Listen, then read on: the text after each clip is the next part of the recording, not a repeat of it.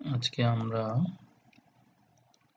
অষ্টম শ্রেণীর গণিত বইয়ের অনুশীলনী 2.2 এর 8 নম্বর অঙ্কটি সমাধান করব।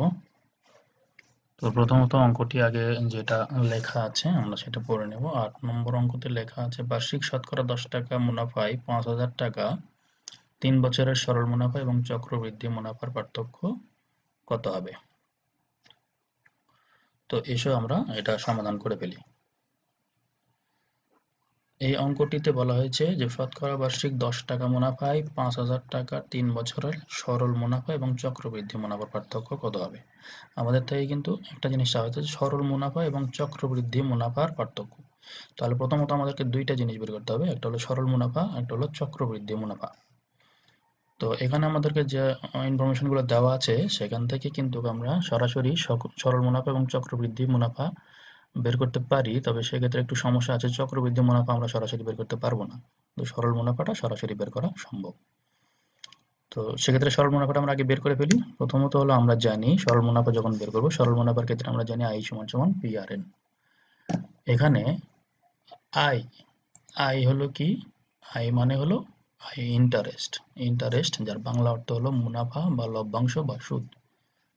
এই আই থেকে, আইটা এখানে ইন্টারেস্ট শব্দটির প্রথম অক্ষর আই থেকে নেওয়া হয়েছে।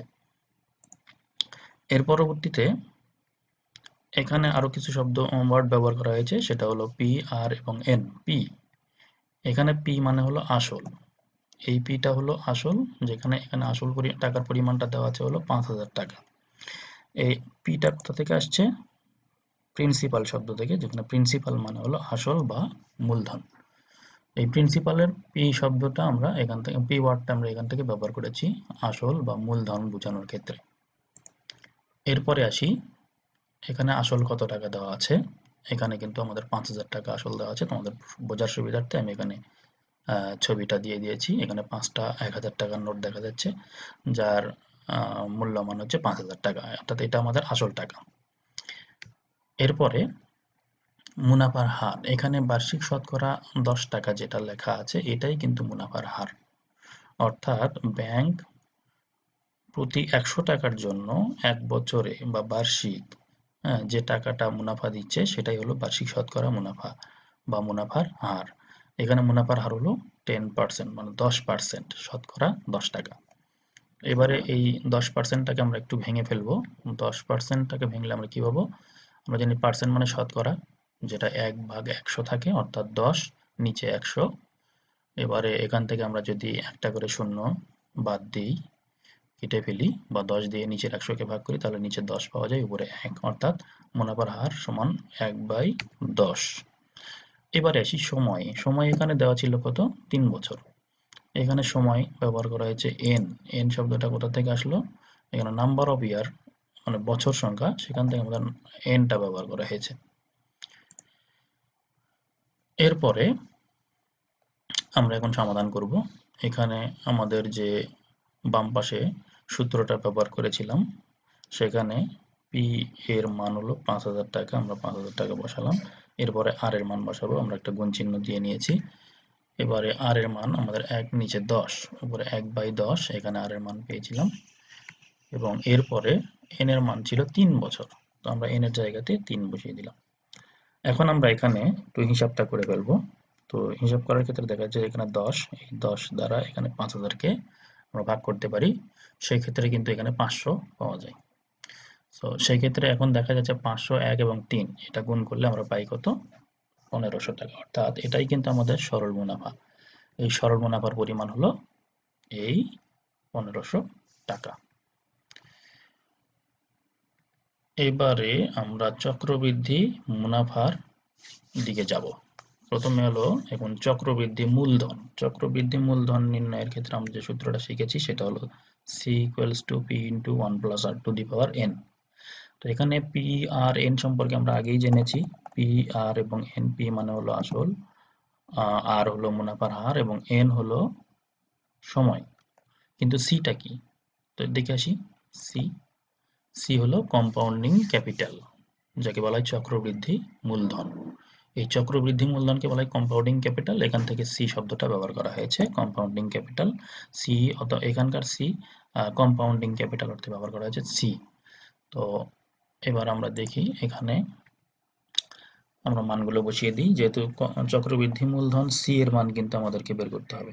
তো আমাদের ডান পাশের যে মানগুলো ইংরেজি যে বর্ণগুলো আমরা ব্যবহার করেছি লেটারগুলো, এই লেটারগুলোর যে মানগুলো আছে আমরা সেই মানগুলো বসিয়ে দিব। এখানে পি এর মান আছে 5,000 টাকা। পি পি হচ্ছে 5,000। এখানে ফার্স্ট ব্র্যাকেট ব্যবহার করা হয়েছে। এখানে 1 ইংলিশ দিয়ে লেখা ছিল ফর্মুলার ক্ষেত্রে, সেক্ষেত্রে আমরা যেহেতু পাটিগণিতের অঙ্ক করছি সেহেতু এখানে আমরা বাংলা দিয়ে 1 ব্যবহার করব। তারপরে যোগ আর, এখানে আর এর মান আমরা বের করে রেখেছিলাম 1/10 এবং bracket close, than n, N এর মান হলো 3। এই এনটা পাওয়ার ছিল, সো এখানে পাওয়ার 3। এবারে আমরা কিন্তু এখানে ফার্স্ট ব্র্যাকেটের কাজটা করতে পারি সরল অঙ্কের নিয়মে। সরল অঙ্কের নিয়ম অনুযায়ী এখানে প্রথমত আমাদের এই যোগের কাজ করতে হবে। একটা পূর্ণ সংখ্যা আছে, একটা ভগ্নাংশ সংখ্যা আছে, তোমরা নিশ্চয়ই এটা জানো। তো এখানে আমরা লসাগু করেছি, 1 এর হর ছিল 1 এবং 10 এবং 1 এর লসাগু হলো 10। এবারে আমরা এই প্রথম যে সংখ্যাটা আছে 1, সেই 1 এর হর দ্বারা আমরা এই লসাগুকে ভাগ করব। তো সেক্ষেত্রে 1 দ্বারা 10 কে ভাগ করলে ভাগফল হয় 10।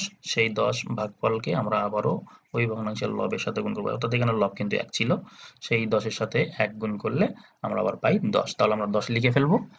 এরপরে যোগ চিহ্ন দিয়ে আমরা পরবর্তী ভগ্নাংশের ক্ষেত্রে যাব। এখানে কিন্তু আমাদের হর ছিল 10, এই 10 দ্বারা আমরা যদি লসাগু 10 কে ভাগ করি তাহলে ভাগফল পাওয়া যায় 1 এবং সেই 1 আমরা এখানে লবের সাথে গুণ করব। লবের সাথে যদি 1 গুণ করি অর্থাৎ ভাগফল 1 এবং লবের সাথে 1, লব 1 এর সাথে গুণ করলে 1 1 কে 1। আর বাদবাকি যে ব্যাপারগুলো যে টার্মগুলো ছিল সেগুলো এরকমই থাকবে 5000 এবং পাওয়ার এখানে 3 ছিল থাকবে। এবার পরের লাইনে দেখি, পরের লাইনে আমাদের 5000 কিন্তু আছেই, কিন্তু এখানে দেখো ফার্স্ট ব্র্যাকেটের মাঝখানে যে সংখ্যাগুলো লেখা আছে তাতে দেখা যাচ্ছে লবে যে 10 প্লাস 1 লেখা আছে, আমরা এটাকে যোগ করে ফেলবো। 10 এবং 1 যোগ করলে আমরা পাই 11 এবং নিচে 10 ছিল, পাওয়ার 3 থাকবেই। এর পরের লাইনে আমরা দেখবো যে এখানে 11/10 তার পাওয়ার 3, মানে এখানে 3টা 11/10 আছে। আমরা জানি x এবং x গুণ করলে x স্কয়ার হয়, অর্থাৎ যখন x এর উপর পাওয়ার স্কয়ার থাকে তখন 2টা x বোঝায় গুণ আকারে, যখন x এর উপরে পাওয়ার 3 থাকবে তখন কিন্তু 3টা x বোঝাবে। তো এখানে আমাদের কিন্তু 11/10 পাওয়ার আছে 3, তার মানে এখানে কয়টা আছে? এখানে অবশ্যই 3টা 11/10 আছে। তো আমরা সেটা এখানে লিখে ফেলেছি 5000 এর সঙ্গে এই 11 11 11 নিচে 10 10 এবং 10। এবার আমরা এখানে একটু সিম্পল কাটাকাটি বা ক্যালকুলেশনটা করে ফেলবো। দেখা যাচ্ছে এখানে 3টা 10, 3টা 10 কে যদি আমরা এই 5000 এর সঙ্গে ভাগ করি তাহলে দেখো 3টা 10 থেকে কিন্তু 3টা শূন্য কেটে যায়, অর্থাৎ উপরে থাকে 5। তাহলে ফলাফল কি পাওয়া গেল? এখানে 5 11 এবং 11 এবং 11, 3টা 11 এবং 5 এর গুণফল আমাদের এই চক্রবৃদ্ধি মূলধনের মান, যেটা আমরা ক্যালকুলেটরে টিপ দিয়ে করে ফেলবো। তো সেক্ষেত্রে আমরা ফলাফল পাবো 6,655 টাকা, অর্থাৎ চক্রবৃদ্ধি মূলধন সি এর মান 6,655 টাকা। তোমাদের বোঝার সুবিধার্থে আমি এখানে কিছু টাকার ছবি দিয়ে দিয়েছি। এখানে 1000 টাকার নোট কয়টি দেখা যাচ্ছে? 1 2 3 4 5 6, 6টি, তাই না? এবং 500 টাকার নোট একটি, 100 টাকার নোট একটি, 50 টাকার নোট একটি এবং 5 টাকার নোট একটি। সবগুলো যোগ করলে পাওয়া যায় 6,655 টাকা। তো এই চক্রবৃদ্ধি মূলধনের মধ্যে কি কি আছে? আমরা কিন্তু সরল মুনাফাতে দেখেছিলাম যে 1500 টাকা, যেটা 3 বছরে আমাদের সেই মুনাফাটা হয়েছিল। সেক্ষেত্রে কিন্তু শুধু মুনাফা আছে, কিন্তু এখানে কিন্তু মূলধন নাই। কিন্তু এখানে কিন্তু আমাদের চক্রবৃদ্ধি মূলধনের মধ্যে মূলধনও আছে, মুনাফাও আছে। আমরা একটু দেখি, এই যে চক্রবৃদ্ধি মূলধনের ভিতরে আমাদের মূলধন আছে প্লাস প্রদত্ত সময়ের চক্রবৃদ্ধি মূলধন। প্রদত্ত সময় বলতে কি, এই যে 3 বছর, এই 3 বছরটা হলো প্রদত্ত সময়। এই সময়ের যে মুনাফা, সেই মুনাফার সঙ্গে আমাদের মূলধন যে 5000 টাকা, সেই টাকাটাও এখানে আছে। অর্থাৎ এই 6,665 টাকার 655 টাকার মধ্যে আমাদের এই 5000 টাকাও আছে এবং সেই সঙ্গে প্রদত্ত সময়ের চক্রবৃদ্ধি মুনাফার টাকা আছে। এই সব মিলিয়ে আমাদের 6,655 টাকা চক্রবৃদ্ধি মূলধন। তো বলে রাখি, আমরা পরে এটা করে ফেলবো। এখান থেকে কিন্তু আমাদের এই আসল টাকাটা বাদ দিই, যদি মূলধনের টাকাটা বাদ দিই 5000 টাকা, অর্থাৎ 1 2 3 4 5, এই 5টি নোট যদি আমরা এখান থেকে বাদ দিই তাহলে পরবর্তী থাকে এখানে 1000 টাকার একটি নোট, 500 টাকার একটি নোট, 100 টাকার একটি নোট, 50 টাকার একটি নোট এবং 5 টাকার একটি নোট। এই অংশটুকুই হবে আমাদের চক্রবৃদ্ধি মুনাফার মান। তো আমরা করে ফেলি, এসো আমরা এরপরে দেখি।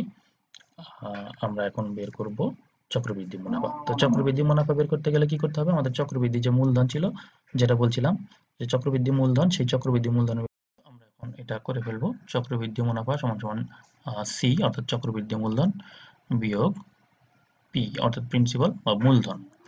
তো আমরা চক্রবৃদ্ধি মূলধনে কি পেয়েছিলাম? আগের স্লাইডে আমরা পেয়েছিলাম যে ৬,৬৫৫ টাকা। এখান থেকে আমাদের মূলধনের টাকাটা বাদ যাবে। আমি আগেই বলেছিলাম যে মূলধন আমাদের কত ছিল? ৫,০০০ টাকা। আমরা এই ৫,০০০ টাকা এখান থেকে বিয়োগ করব। বিয়োগ করার পরে এই যে আমরা বিয়োগ করলাম, দেখো ৫,০০০ টাকা কিন্তু এখান থেকে চলে গেল। তাহলে কত থাকলো আমাদের এখানে?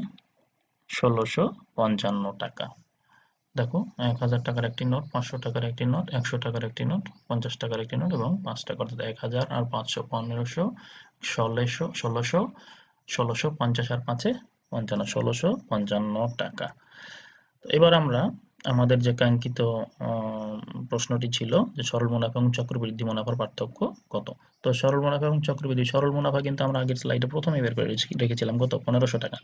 আর এখানে চক্রবৃদ্ধি মুনাফা পেলাম হলো ১৬৫৫ টাকা। আমরা এই দুটার পার্থক্য করে ফেলবো। চক্রবৃদ্ধি মুনাফা থেকে আমরা যদি সরল মুনাফা বিয়োগ করি তাহলে কি পাওয়া যায় দেখা যাক। এই যে চক্রবৃদ্ধি মুনাফা, আমরা চক্রবৃদ্ধি মুনাফা যেহেতু বেশি সেটা আমাদের ১৬৫৫ আগে লিখেছি এবং সেখান থেকে আমরা সরল মুনাফা যেটা আমরা আগে প্রথমে বের করে রেখেছিলাম সেটা হলো সরল মুনাফা ১৫০০ টাকা। এটা বিয়োগ করলে এই যে আমাদের ১৫০০ টাকা বিয়োগ হয়ে চলে গেল, থাকলো কত? ১৫০ আর হলো ৫ অর্থাৎ ১৫৫ টাকা। সেক্ষেত্রে সরল মুনাফা এবং চক্রবৃদ্ধি মুনাফার পার্থক্য হলো ১৫৫ টাকা। এটা আমাদের উত্তর। ধন্যবাদ বন্ধুরা। আশা করি সবাই